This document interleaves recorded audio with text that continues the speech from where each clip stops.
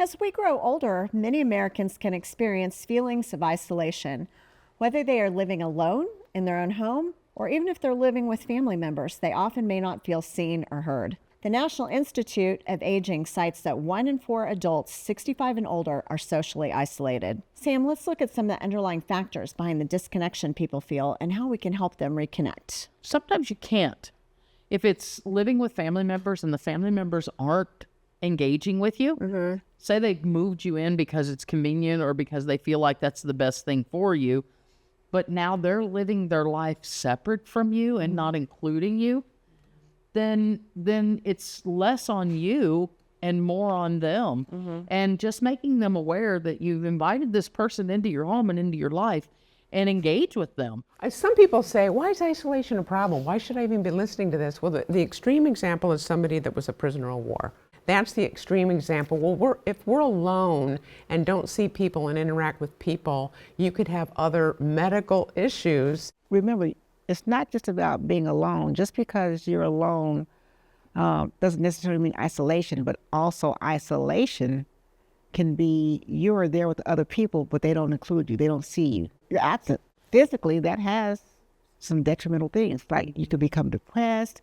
Again, it breaks down to the body's response to feeling stressed, and it tends to lead down that pathway of becoming sick, other medical conditions, making things worse in that, and it's not healthy. Less human interaction is going to increase drops in cognition. Yeah.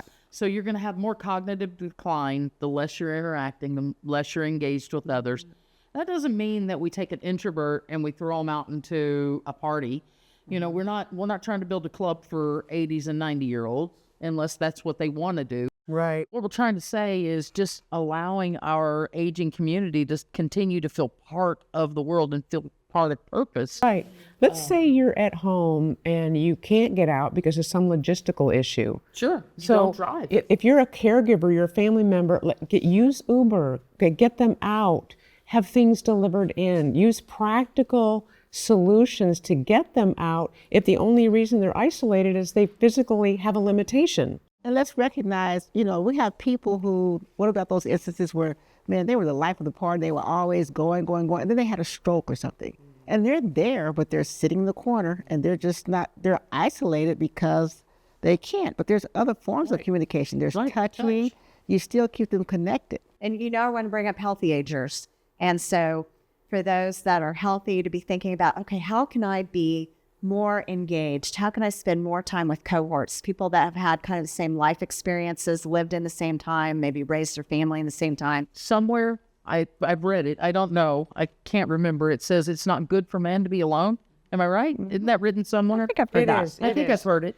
And so we have to take that into account. That's real.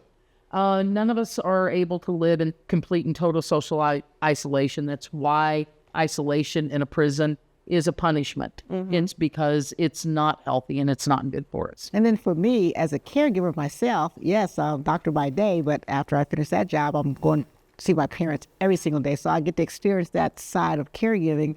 And a lot of times, like my mom, she loves to hang out with me. So any excuse. Ray's going to be working on her charts and it's going to be dark. So I'm going to sit here with her. But she just enjoys that socialization. Absolutely. All right, ladies, we've got so much more. We'll be back on Aging Untold.